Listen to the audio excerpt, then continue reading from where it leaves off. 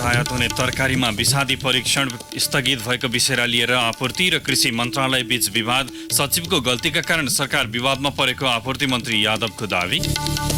राष्ट्रिय सभाबाट विनियोजन विधेयक बहुमतले पारित। 3 वर्षभित्रै सबै घरमा बिजुली पुर्याउने ऊर्जा मन्त्री पुनको भनाई। परराष्ट्र मन्त्री गेवाली भन्नुहुन्छ इपिजीले तयार पारेको प्रतिवेदन कार्यान्वयनको पक्षमा सरकार छ। विभिन्न मुलुकका लागि प्रस्तावित राजदूतहरूको सुनवाई जारी। बङ्गलादेशसँगको विद्युत तथा ऊर्जा कनेक्टिभिटीलाई प्राथमिकता दिने प्रस्तावित राजदूत डाक्टर मिश्राको प्रतिबद्धता। यौनदास बनाएको अभियोगमा अन्तर्राष्ट्रिय अपराध अदालत आइसिसीले पहिलो पटक दोषी ठहर। कङ्गोमा विद्रोह गर्दै आएका रुवान्डाका नागरिक दोषी रहेको निष्कर्ष। र राखेपका सदस्य सचिवमा रमेश सिलवाल नियुक्त। एसिसी अन्डर-19 इस्टर्न रिजन क्रिकेटको उपाधिका लागि नेपाल र हङकङ भिड्ने। नमस्कार, कान्तिपुर डायरीबाट साथी बासु अनि तेजेन्द्रको समाचार अब विस्तारमा। भारतबाट आयातित तरकारी तथा फलफूलमा विषादी परीक्षण स्थगनको विषयलाई लिएर सरकारका दुई मन्त्रालयबीच विवाद देखिएको छ। समन्वय अभावमा विषादी परीक्षण स्थगनको विषयलाई लिएर कृषि तथा पशुपन्छी विकास र उद्योग वाणिज्य तथा आपूर्ति मन्त्रालयबीच विवाद देखिएको हो। कृषि तथा पशुपन्छी विकास मन्त्री चक्रपाणी खनालले भारतबाट आयातित तरकारी तथा फलफूलमा विषादी परीक्षणका लागि पर्याप्त प्रयोगशाला रहेको दावी गरे पनि उद्योग वाणिज्य तथा आपूर्ति मन्त्री मातृका यादवले कृषि मन्त्रालयसँग यसको क्षमता नभएको बताउनु भएको छ। राष्ट्रिय सभाको आजको बैठकमा मन्त्री यादवले कृषि मन्त्रालयसँग विषादी परीक्षणका लागि आवश्यक उपकरण र प्रविधि नै नभएको दावी गर्नुभयो। मेरो कमजोरी के हो भने त्यो कृषि मन्त्रालयमा त्यो क्षमता रहेन भने मलाई थाहा भएन। अब मन्त्रीज्यूले के जवाब दिनुभयो यहाँ मलाई थाहा छैन। उहाँकैबाट के सुझाव आएको छ भने हाल नेपालमा आयात हुने तरकारी तथा फलफूलको विषादी परीक्षणको प्रमाण पत्र जारी गर्ने केन्द्रीय तहमा खाद्य प्रविधि तथा गुण नियन्त्रण विभागमा मात्रै अन्तर्राष्ट्रिय स्तरको मान्यता प्राप्त प्रयोगशाला रहेको, काठमाडौँमा मात्रै रहेको र अरू ठाउँमा नरहेको यहाँ किटानै उहाँले चाहिँ उहाँको सचिवले हामीलाई पठाउनु भएको पत्रमा छ। आपूर्ति मन्त्री यादवले आजै सिंहदरबार स्थित मन्त्रालयमा पत्रकार सम्मेलन गर्दै सचिवहरूले गल्ती गर्दा सरकार विवादमा परेको आरोप लगाउनुभयो।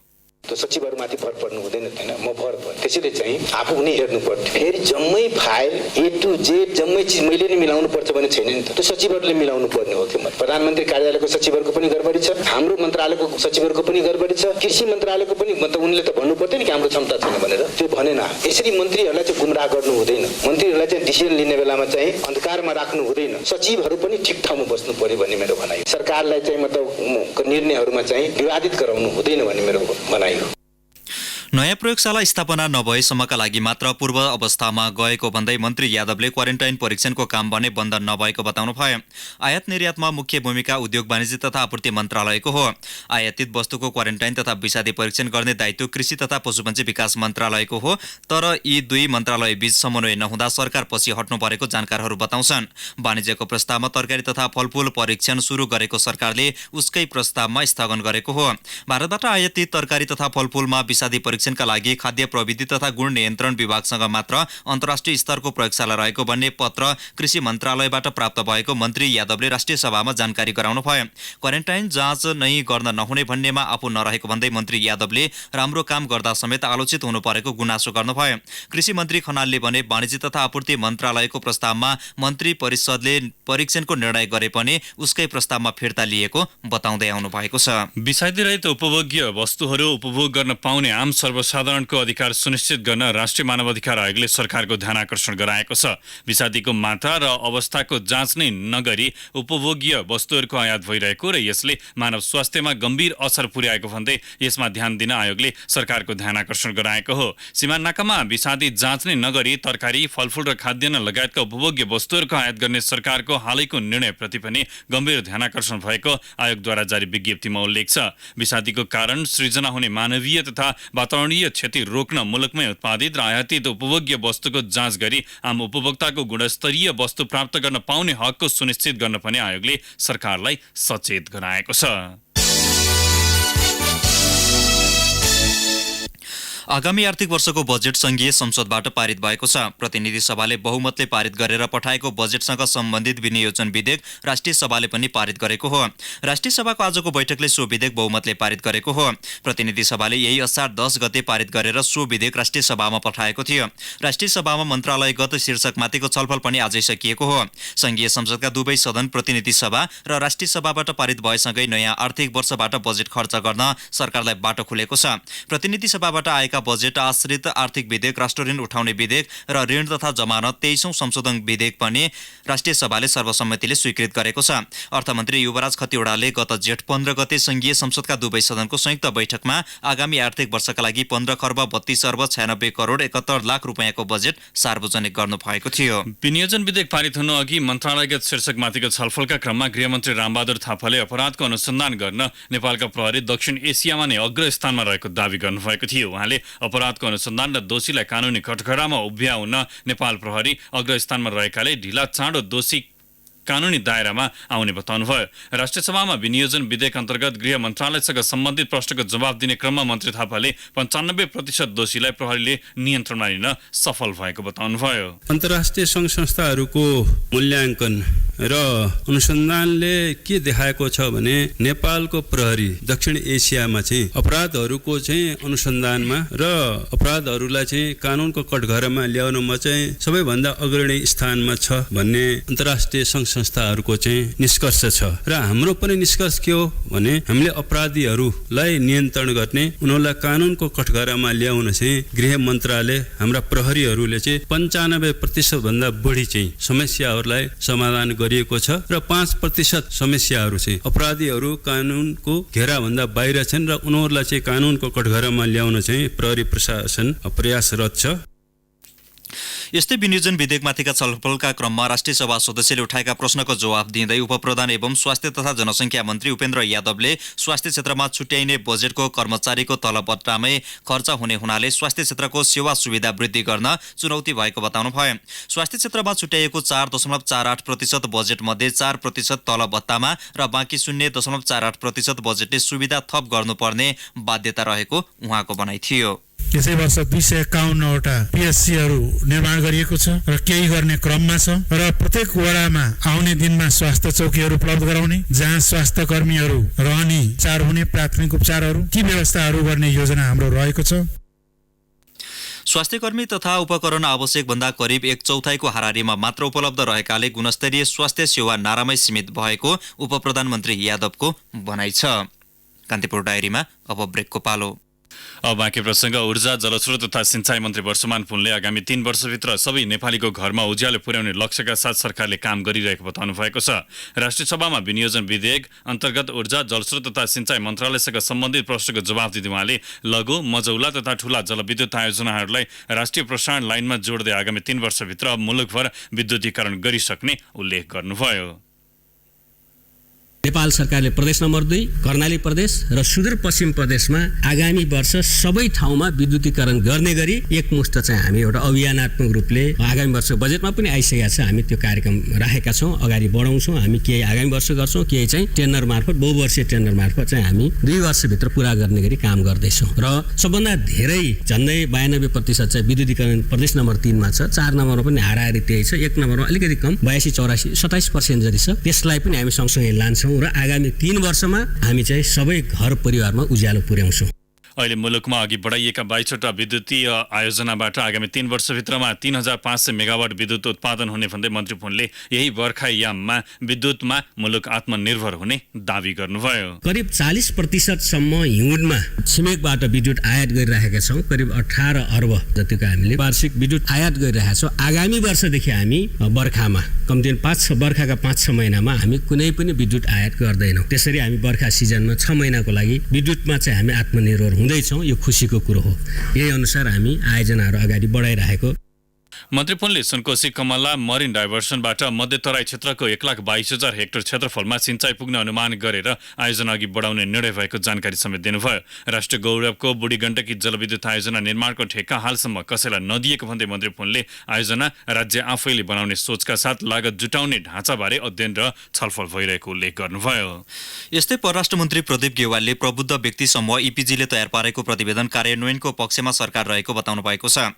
राष्ट्रिय सभामा आज मन्त्री गेवालले विगतका असमान सन्धिको पुनरावलोकन गर्ने उद्देश्यले तयार पारेको प्रतिवेदनको कार्यान्वयनले दुई मुलुकबीचको सम्बन्धलाई नयाँ उचाइमा लैजाने दावी गर्नुभयो। प्रधानमन्त्रीजीहरूको पहलबाट नेपाल भारत सम्बन्ध 21औं शताब्दीमा कस्तो बन्नुपर्छ भन्ने चाहिँ TOR सहित सम्बन्धको समग्र पुनरावलोकन सहित त्यो कुरालाई अगाडि बढाउनको निम्ति त्यो दिशानिर्देश सहित गठन भएको हो। र खुसीको विषय के छ भने थुप्रै समस्याहरू थिए, कतिपय विषयहरूमा विवादहरू पनि थिए, तर एपीजीका 8 जना प्रबुद्ध व्यक्तिहरूले सर्वसम्मत ढङ्गले त्यो रिपोर्ट तयार गर्नुभएको छ। त्यसको कार्यान्वयनले नेपाल भारत सम्बन्धलाई साँच्चै नै एउटा नयाँ उचाइमा उठाउँछ। त्यसो भएर त्यसको कार्यान्वयनको पक्षमा हामी सबै छौँ, हामी त्यसको पर्खाइमा छौँ।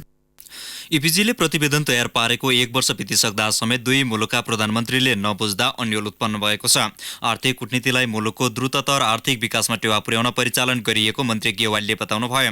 नेपालको मौलिक शान्ति प्रक्रिया, जलवायु परिवर्तनको नकारात्मक असर कम गर्न, वातावरण संरक्षणमा पुर्याएको योगदान, समावेशी लोकतन्त्र, मानव अधिकार, महिला सशक्तिकरणका क्षेत्रमा उपलब्ध हासिललाई अन्तर्राष्ट्रिय समुदायसम्म पुर्याउनु र समसामयिक चासोका विषयमा छलफल गरी मुलुकको हितलाई ध्यानमा राखी कदम चाल्नु सरकारको अबको प्राथमिकता रहेको मन्त्री गेवालीले उल्लेख गर्नुभयो। संसदीय सुनवाई समितिले बंगलादेश, अस्ट्रेलिया, कतार र स्पेनका लागि प्रस्तावित राजदूतहरूको नाम सर्वसम्मतले अनुमोदन गरेको छ। बिहानदेखि बसेको संसदीय सुनवाई समितिको बैठकले केही बेरअघि मात्रै 4 जना प्रस्तावित राजदूतहरूको नाम अनुमोदन गरेको हो। यो सँगै राजदूत नियुक्तिको प्रक्रिया पनि खुलेको छ। बंगलादेशका लागि प्रस्तावित राजदूत डाक्टर वंशीधर मिश्र, अस्ट्रेलियाका लागि महेश राज दाहाल र कतारका लागि नारदात भारद्वाजको नाम सर्वसम्मत सुनवाई समितिले अनुमोदन गरेको हो। यस्तै स्पेनका लागि प्रस्तावित राजदूत दाबाफोटी शेर्पाको नाम पनि अनुमोदन भएको संसद सचिवालयले जनाएको छ। संसदीय सुनवाईका क्रममा प्रस्तावित राजदूतहरूले नियुक्ति भए आफ्नो जिम्मेवारीप्रति प्रतिबद्ध रहने भन्दै सांसदहरूलाई आश्वस्त पार्ने प्रयास गरेका थिए। बंगलादेशका लागि प्रस्तावित राजदूत मिश्रले बंगलादेशसँगको विद्युत तथा ऊर्जा कनेक्टिभिटीलाई प्राथमिकता दिने बनाउँदै आफ्ना योजनाहरू प्रस्तुत गर्नुभएको थियो। शान्तिपूर्ण आन्दोलनबाट माग सम्बोधन हुन नसकेको भन्दै थारू समुदायले राज्यको ध्यान तान्न ग्रीन बेस्ट मुभमेन्ट सुरु गर्ने भएका छन्। थारू कल्याणकारिणी सभा थरोट थारूवन संयुक्त संघर्ष समितिको आयोजनामा चितवनको सौराहामा सम्पन्न भएको एकीकृत थरोट राष्ट्रिय बेलाले यस्तो निर्णय गरेको हो। हिजो र आज भएको बेलाले 21 बुँदे घोषणापत्र सार्वजनिक गरेको छ। भरतपुरमा आज पत्रकार सम्मेलन गरी थारू कल्याणकारिणी सभाका महामन्त्री तथा थरोट थारूवन संयुक्त संघर्ष समितिका सदस्य सचिव प्रेमी लाल चौधरीले आफ्नो 14 बुँदे माग पूरा गर्न सरकार र प्रमुख राजनैतिक दल उदासीन रहेका कारण आन्दोलन सुरु गर्न बाध्य भएको बताउनुभयो। आदिवासी थारूहरूलाई गोल बन्द गर्न हरियो टी-शर्ट अर्थात् ग्रीन बेस्ट मुभमेन्ट सुरु गर्ने उहाँको भनाइ थियो। बेलाले टिकापुर घटना भएको भदौ 7 गतेलाई थरोट विद्रोहको दिनका रूपमा मनाउने निर्णय गरेको छ। संविधानमा आफ्ना मागहरू समेट्नुपर्ने माग सहित थारू समुदायको अगुवाईमा 2072 साल भदौ 7 गते भएको आन्दोलनका क्रममा नेपाल प्रहरीका उच्च अधिकारीको मृत्यु भएको थियो। 2072 असोज 3 गते जारी भएको संविधान आदिवासी थारू र थरूहट विरुद्ध घोषणा भएको बेलाको निष्कर्ष छ। बेलाले असोज 3 गते लक्षित विरोधका कार्यक्रम समेत सार्वजनिक गरेको छ। मनसुन सक्रिय भइसके आगामी 4 दिनसम्म देशका अधिकांश स्थानमा मध्यमदेखि भारी वर्षाको सम्भावना रहेको जल तथा मौसम पूर्वानुमान महाशाखाले जनाएको छ। भारतमा रहेको न्यूनचापीय रेखा उत्तर नेपालतर्फ सर्न सुरु भएकाले मनसुनी गतिविधि सक्रिय भएको महाशाखाका मौसमविद समीर श्रेष्ठले बताउनुभयो। सो न्यूनचापीय प्रणाली 4-5 दिनसम्म रहन सक्ने र त्यसपछि दक्षिणतिर सर्ने भएकाले नेपालमा भन्दा भारतमा बर्खा बढी हुने मौसम पूर्वानुमान महाशाखाको अनुमान छ। देशभर मनसुन सक्रिय भएकाले बाढी पहिरो जान सक्ने हुँदा सतर्कता अपनाउन मौसमविदहरूले आग्रह समेत गरेका छन्। स्वास्थ्यकर्मीमाथि बढ्दो शारीरिक जोखिम न्यूनीकरणका लागि सरकारले पर्याप्त सुरक्षाको प्रबन्ध मिलाउने भएको छ। स्वास्थ्यकर्मीमाथि बढ्दो जोखिम न्यूनीकरणका सम्बन्धमा स्वास्थ्य तथा जनसङ्ख्या मन्त्रालयले आयोजना गरेको उच्च स्तरीय छलफलमा गृहमन्त्री रामबहादुर थापाले सुरक्षाको प्रबन्ध बलियो बनाउने आश्वासन दिनुभएको हो। पछिल्लो समय विभिन्न विषयलाई लिएर अस्पताल तथा स्वास्थ्यकर्मीमाथि आक्रमणको चुनौती देखिएकाले सुरक्षा व्यवस्थापनका लागि छलफल थालिएको मन्त्रालयका प्रवक्ता महेन्द्र श्रेष्ठले जानकारी दिनुभयो। छलफलमा गृहमन्त्री थापा, स्वास्थ्य तथा जनसङ्ख्या मन्त्री उपेन्द्र यादव, गृह सचिव, स्वास्थ्य सचिव, सुरक्षा निकायका प्रतिनिधि लगायतको सहभागिता रहेको प्रवक्ता श्रेष्ठले जानकारी दिनुभयो। अब केही समाचार संक्षेपमा। सल्यानको कपुरकोट गाउँपालिका 3 आगरखोलामा नाचार ख 9711 नम्बरको ट्रक सडकबाट 35 मिटर तल खस्दा सद्द कुमाख गाउँपालिकाका दुर्गा बस्नेतको मृत्यु भएको छ। घाइते 9 जनालाई उपचारका लागि अञ्चल अस्पताल तुर्सीपुल लगिएको प्रहरीले जनाएको छ। स्थानीय तहमा रिक्त पदपूर्तिका लागि लोकसेवा आयोगले आह्वान गरेको विज्ञापनमा प्रशासनिक क्षेत्रमा बढी आकर्षण पाइएको छ।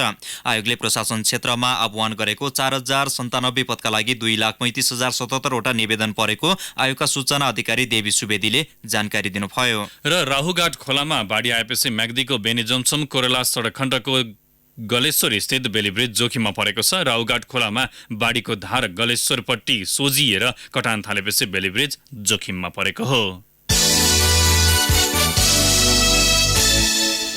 कान्तिपुर डायरीमा अब इलाम डायरीको पालो। इलाम डायरीबाट विप्लव भट्टराईको नमस्कार। पानी नपरेपछि इलामका अधिकांश स्थानमा रोपाई हुन सकेको छैन। इलाममा हालसम्म 30% पनि रोपाई हुन नसकेको हो। 14,815 हेक्टर खेतमा धान रोपिने गरिएको इलाममा अघिल्लो वर्षसम्म मध्य असारसम्म आधाभन्दा धेरै क्षेत्रफलमा रोपाई सकिने गरेको थियो। तर यस वर्ष सिंचित भूमिमा मात्र रोपाई सुरु भएको छ।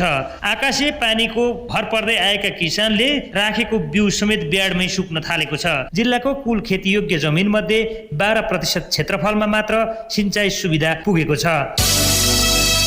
इलामको देउबाई नगरपालिकाले मृगौला रोगीलाई निर्वाह भत्ता उपलब्ध गराउने भएको छ। मृगौला फेल भएर प्रत्यारोपण गराएका बिरामीलाई नगरपालिकाले निर्वाह भत्ता दिने भएको हो। निर्वाह भत्ता स्वरूप मासिक 3500 दिने निर्णय भएको नगर प्रमुख सूर्य पोखरेलले बताउनुभयो। साउन सुरुदेखि नगरभित्र मृगौला रोगीको तथ्याङ्क सङ्कलन गरिनेछ।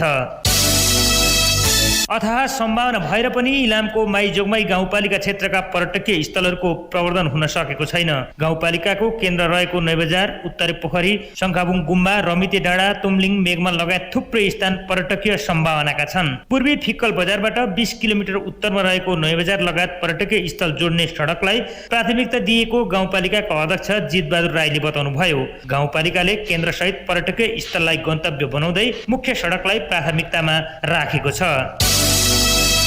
अत्याधुनिक कोरियन थेरापीले बिरामी ठिक भएको भन्दै इलाममा थेरापी सेन्टर धाउनेको संख्या बढेको छ।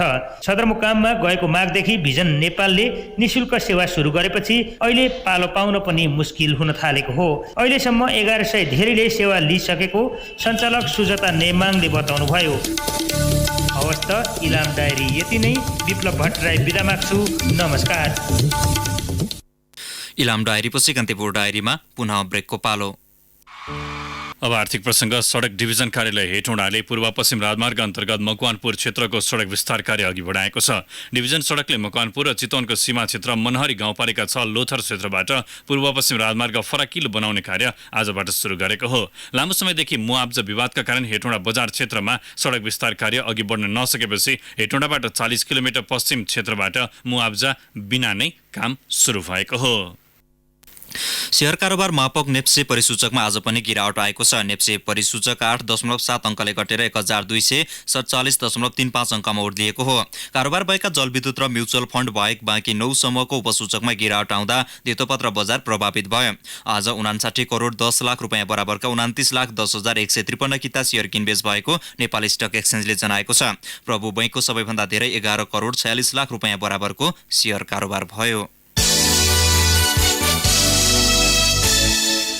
अब अन्तर्राष्ट्रिय प्रसङ्ग। यौन दास बनाएको अभियोगमा अन्तर्राष्ट्रिय अपराध अदालत आइसिसीले पहिलोपटक दोषी ठहर गरेको छ। यौन दास बनाएको लगायत विभिन्न 18वटा मुद्दामा आइसिसीले डेमोक्रेटिक रिपब्लिक अफ कङ्गोका पूर्व विद्रोही नेता बोस्को तगण्डालाई दोषी ठहर गरेको हो। तगण्डाका समर्थक लडाकुले बालबालिकाको क्रूरतापूर्वक हत्या गरेको आइसिसीको ठहर छ। 3 जना न्यायाधीशको संयुक्त इजलासले तगण्डा युद्ध अपराध र मानवता विरुद्धको अपराधमा संलग्न रहेको र सर्वसाधारण लक्षित आक्रमण र हत्याको निर्देशन दिएको ठहर गरेको हो। सन् 2002 मा आइसिसी गठन भए यता दोषी ठहर भएका तगण्डा चौथो व्यक्ति भएको बीबीसीले उल्लेख गरेको छ। अब खेल प्रसङ्ग। राष्ट्रिय खेलकुद परिषद राखेपको सदस्य सचिवमा रमेश सिलवाल नियुक्त भएका छन्। सदस्य सचिव हुन बोर्ड सदस्य हुनुपर्ने बाध्यकारी व्यवस्था भएपछि नेपाल भलिबल संघले सिलवाललाई बोर्ड सदस्यका रूपमा गरेको प्रस्तावलाई अध्यक्षले सदर गरेपछि सिलवाल सदस्य सचिव हुने बाटो खुलेको हो। सिलवाललाई युवा तथा खेलकुद मन्त्री जगत सुनार विश्वकर्माले पद तथा गोपनीयताको शपथ ग्रहण गराउनु भयो। सिलवालले आजै कार्यभार सम्हालेका छन्। एक रिपोर्ट।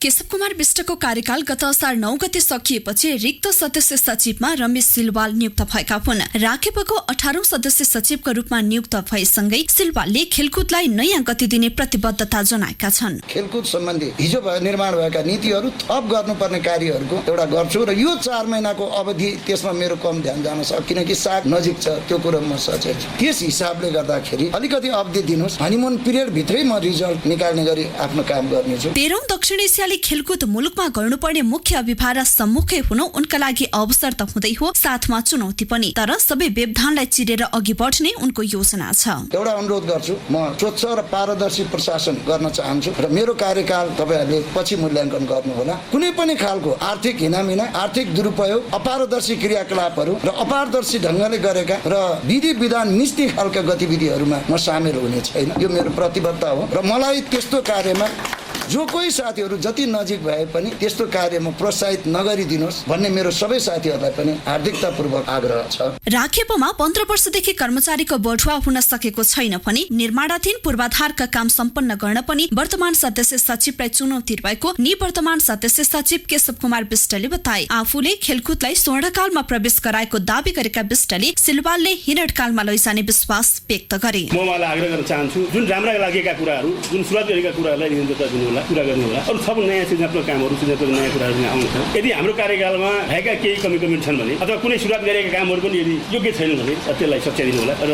सबैलाई विश्वासमा लिएर खेलकुदमा जसरी हामीले कुनै आग्रह पूर्व गरेर बिना, राजनीतिक दलगत स्वार्थ बिना जसरी अगाडि बढाउने प्रयत्न गरियो त्यसै अनुरूप अझ अगाडि राम्रोसँग बढाइदिनु हुन्छ भन्ने विश्वास छ। 3 पटक मिति सरेको साग र नवौं राष्ट्रिय खेलकुद समयमा नै गर्ने महत्त्वपूर्ण जिम्मेवारी सिलवालको काँधमा रहेकाले सबैसँग मिलेर काम गर्न नेपाल ओलम्पिक कमिटिका अध्यक्ष तथा सांसद जीवनराम श्रेष्ठले आग्रह गरे। यो संयोग दक्षिण एसियाली खेलकुद तेस्रो पल्ट नेपालले आयोजना गर्ने एउटा सुनौलो अवसर प्राप्त भएको छ र हामीले 3 पल्ट सारेर अन्तिम पल्ट भनेर यो मिति निर्धारण गरेका छौं र यसलाई सम्पन्न गर्ने कुरा नै मुख्य चुनौतीको विषय हो। शैक्षिक सँगै खेलकुदको अनुभव बटुलिसकेका सिलवाललाई सदस्य सचिवको रूपमा पाउनु खेलकुदको लागि सुखद पक्ष रहे पनि सोही अनुसारको वातावरण सृजना गर्न सक्नु अहिलेको आवश्यकता हो। दशरथ रंगशालाको पुनर्निर्माणले पूर्णता लिन बाँकी रहेकै बेला अभिभावक विहीन अवस्थामा रहेको नेपाली क्रिकेटको समस्या समाधानमा सिलवाल कसरी अघि बढ्छन् हेर्न बाँकी छ। तत्कालीन क्यानको तदर्थ समितिको अध्यक्षता गरेको अनुभव उनलाई यति बेला काम लाग्न सक्छ।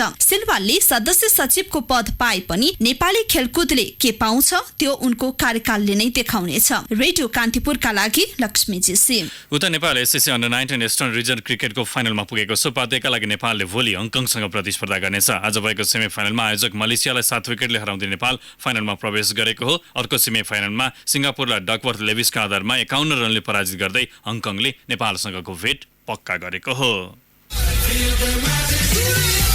ICC cricket world cup 2019 special. नमस्कार, विश्वकप क्रिकेट 2019 मा यहाँलाई स्वागत छ। आज हामी विश्वकप क्रिकेटको समूह चरणमा भएका 45 खेलपछिको विश्लेषण सहित उपस्थित भएका छौं। इङ्ल्यान्डमा जारी आईसीसी एक दिवसीय विश्वकप क्रिकेटको समूह चरणका खेलहरू सकिँदा विभिन्न रेकर्डहरूसँगै 4 टोलीले सेमिफाइनलको यात्रा तय गरेका छन्। समूह चरणका 9 मध्ये इन्डिया र अस्ट्रेलियाले समान 7 जित हात पारे भने इङ्ल्यान्डले 6 र न्युजिल्यान्डले 5 खेलमा जित निकाल्दै अन्तिम 4 मा स्थान बनाए। 5 खेलमा जित निकाले पनि पाकिस्तान समूह चरणबाट घर फर्किँदा श्रीलङ्का, साउथ अफ्रिका र बंगलादेशले समान 3 जित निकाले। वेस्ट इन्डिजले 2 खेलमा जित हात पार्दा अफगानिस्तान अङ्कविहीन रूपमा घर फर्कियो। समूह चरणका खेलहरू सकिँदा इन्डियाका रोहित शर्माले 5 शतक सहित 647 रन बनाउँदै सर्वाधिक रन बनाउनेको शीर्ष स्थानमा रहेका छन्। कुल 625 विकेट झरेको विश्वकप क्रिकेटमा अस्ट्रेलियाका मिचेल स्टार्क 26 विकेट सहित सर्वाधिक विकेट लिनेको शीर्ष स्थानमा छन्। 31 शतक बनिसकेको विश्वकप क्रिकेटमा अस्ट्रेलियाका डेभिड वार्नरले व्यक्तिगत उच्च स्कोर बनाएका छन्। बंगलादेश विरुद्ध उनले 166 रन बनाउँदै इङ्ल्यान्डका जेसन रोय र आफ्नै देशका एरन फिन्चलाई पछि पारेका हुन्। रोय र फिन्च दुवैले समान 153 रन बनाएका थिए। ICC cricket world cup 2019 special. विश्वकप क्रिकेट विशेषसँगै कान्तिपुर डायरी अहिलेलाई सकिन्छ। बासु र तेजेन्द्र विदा भयो। नमस्कार। सूचना र मनोरञ्जनको संवाहक रेडियो राष्ट्रको रेडियो कान्तिपुर।